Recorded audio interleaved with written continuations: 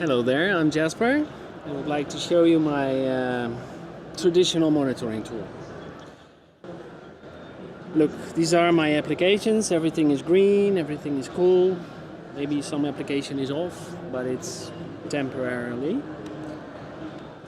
App number 16 is off. Okay, I know that one. App 190 is off. What's wrong with 190? App 8 is correlated. Oh no, wow.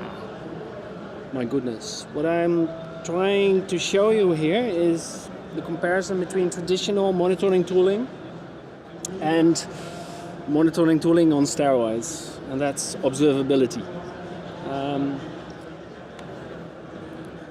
When we are in this situation, it's a bit of an exaggeration, of course, but you follow the following process. You make a list of the impacted components, you check the logs, the complaining application, and maybe also some depending applications. It's a lot of time.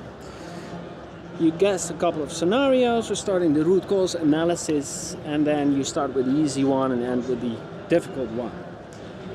And for each scenario, you look up information, if it exists at all. So you pray you find the issue before people start getting angry. So in my view, this is traditional monitoring, and there's a lot of time involved and stress, and it's difficult to get to the culprits quickly. So I'm Jasper Hieselaar, I work for the Dutch Chamber of Commerce, and I am an observability engineer. And at the Chamber of Commerce we manage 400 plus custom applications, mostly Java, .NET and React, but also other flavors, Python and some derivatives like Kotlin, Quarkus. And we are very innovation minded, but we also deal with legacy. And that all talks to each other. And we have different platforms, and we focus for the future on Kubernetes. And all these applications are there to manage the company registrations and changes. Through web, we offer corporate products through a lot of APIs. And of course, we offer advice and information to the entrepreneur. So this is what we do. And we think we can do better with observability. And to make a comparison, we use some observability tooling from Elastic. And I'll show you how a swift root cause analysis can work. So suppose you are in a situation that a machine will tell you when the issue is serious enough to alert you. So no alerts on everything, but just the machine decides when to call you. I suppose you are there already, and later I will explain how you can get there. Then you receive this email. And you click on the link, you know it's app 2, something off with app 2, you click on the link, and you come to a page in your observability tool that shows you all kinds of performance information. But in this case, you redirect it directly to the error. So you don't log on to consoles and log on to servers. Everything is there. And in this case, in my example, it's an internal server error, a bit vague, so I want to know something about the context. Well, that's possible, because I have a tracing information. Here I have a trace sample of the request that was affected by the issue. And what you see here, 1 second, I need this button, because I have this.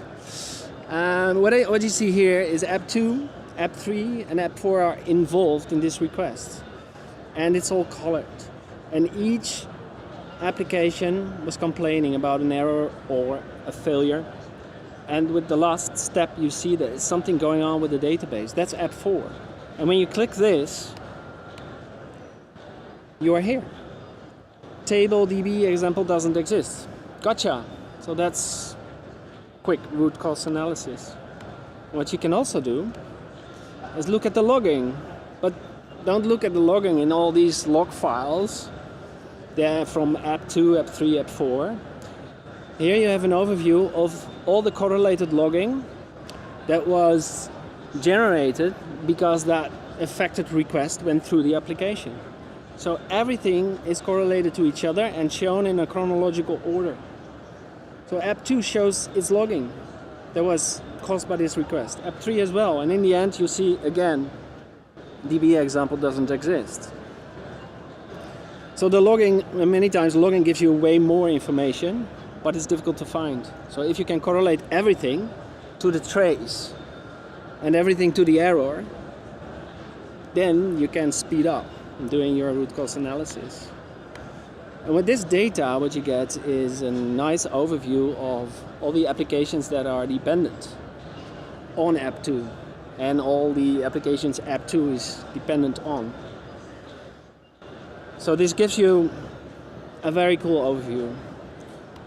But it's not only about root cause analysis. So what I'm going to talk about is what is observability, what is instrumentation, so how do you implement it, and how does all this magic work.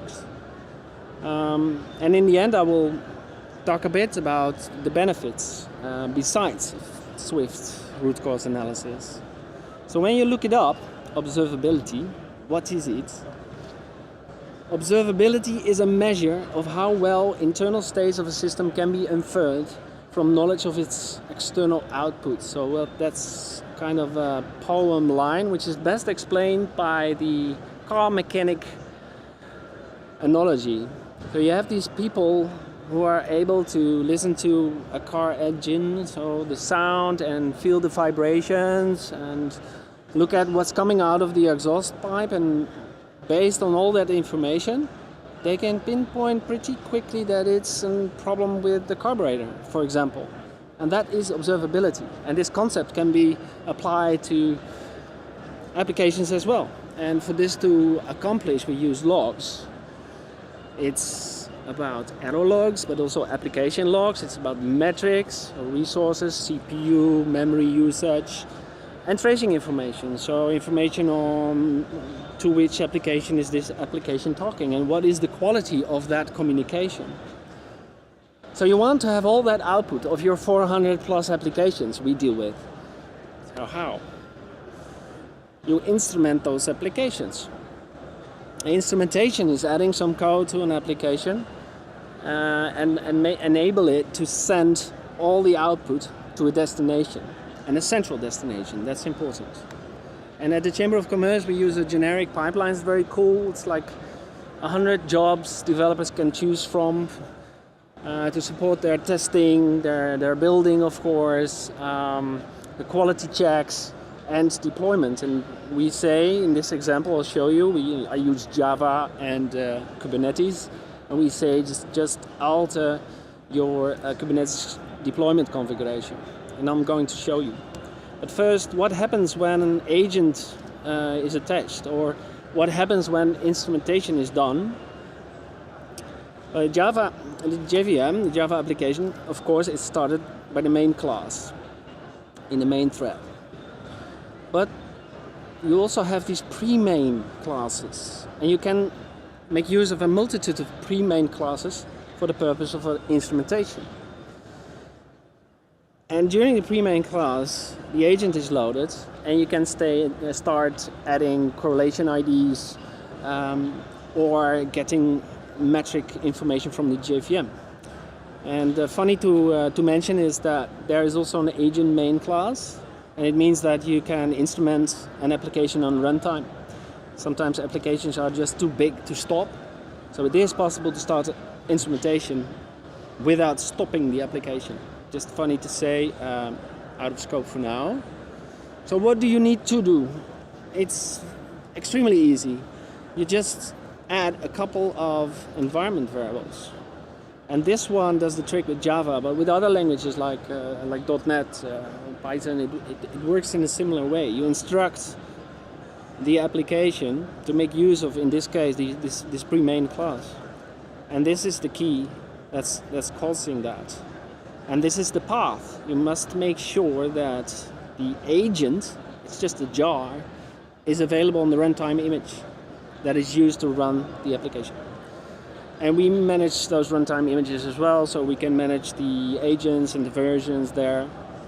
So the developer doesn't have to do so much more, only setting an URL for where to send the output to, some couple of other settings, and then this one is very interesting, because what an APM agent can do as well, at least the Elastic APM agent, is reformat the logging. Because the idea is all that output should go to a central storage. And there you want to inspect it, you want to analyze it, and you want to apply machine learning jobs. And for that to be possible, the logging must be in a uniform format. And how to achieve that? Well, this does it for you, just one toggle. So what does it? The difference between an original log line and one after enabling this setting is that you get a JSON object with a couple of extra fields like timestamp, log level. Well, this is the original message, but also tracing information. This is a correlation ID. And with this ID, it was possible for me to show you all the logs that were related to that problematic request I showed you. The APM agent does that for you. So when we then go to tracing, how does it work? In this example, I have 3 applications and they are instrumented. And the APM agent on application 1 will inject an ID in the header of the request that travels to app 2.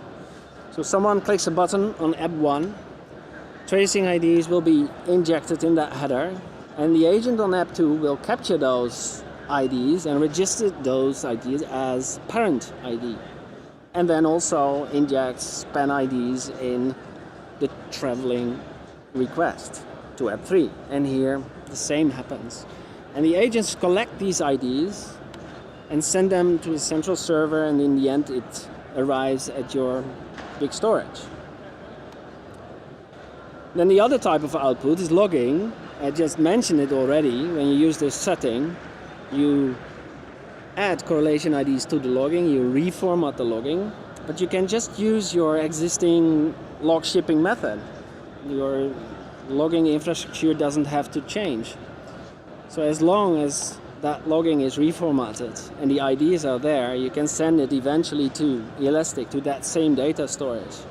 And when that data all comes together, you can do interesting analysis. Correlate logging to metrics, to tracing. But we are not there yet. And this is about root cause analysis. But I am talking about observability, and I want to show you the big benefits of observability. So, I made this picture to clarify a bit. So, one benefit is fast root cause analysis. That's nice, but then the customer probably was already affected. We want that customer experience to become better, to improve.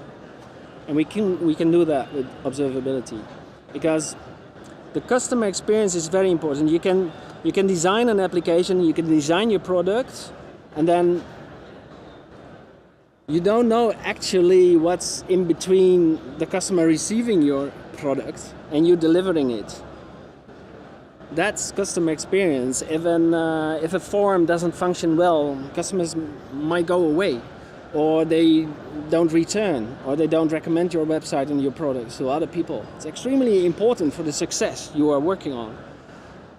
So how to check that? You can use observability to constantly check what that customer experience is, based on errors, small errors and latency.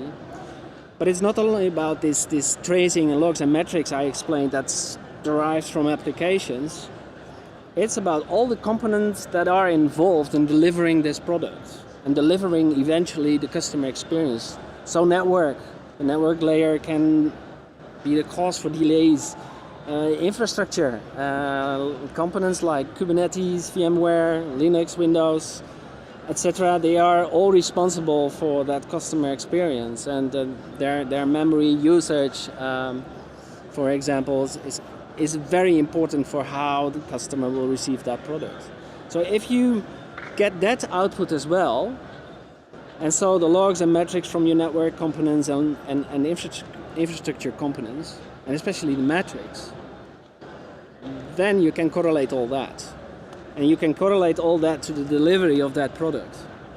And if you do that on the basis of real user interaction, so your user clicking buttons and you measure how that was, you get a lot of data. And if you complement that with bots from anywhere in the world that fill in forms and do that on interval basis, you get a real good image on what's going on, but it's too much data to manage that yourself. So you let the machine do that. So for that you have machine learning jobs who figure out what the normal behavior is of the website, to figure out what is normal at 9 o'clock in the morning and what's normal in the night, like we have scrapers. And then if you can set a normal situation for your product, you can also report on deviations from that on that normal situation. And that's where it gets really valuable, because then you can have a system tell you like, this CPU here is acting a bit awkward. It happened now like 10 times and yesterday as well and the day before as well. And maybe the customer doesn't experience this little lag, but maybe this is a signal of something big is coming, of a big disruption coming in the next 3 days. And you have time to inspect it and work on it. And you can even plan it on the short term. And that proactive action and proactive approach of your daily work, I think that's a real big change maker and a very valuable benefit of observability.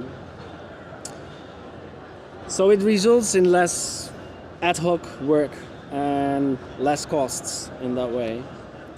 But more cooperation between teams. Most of the time it's not clear where the culprit lies, and it's a returning culprit, but then that team was responsible. That team did some changes and that team did that, and it's finger pointing. It's not going towards a solution.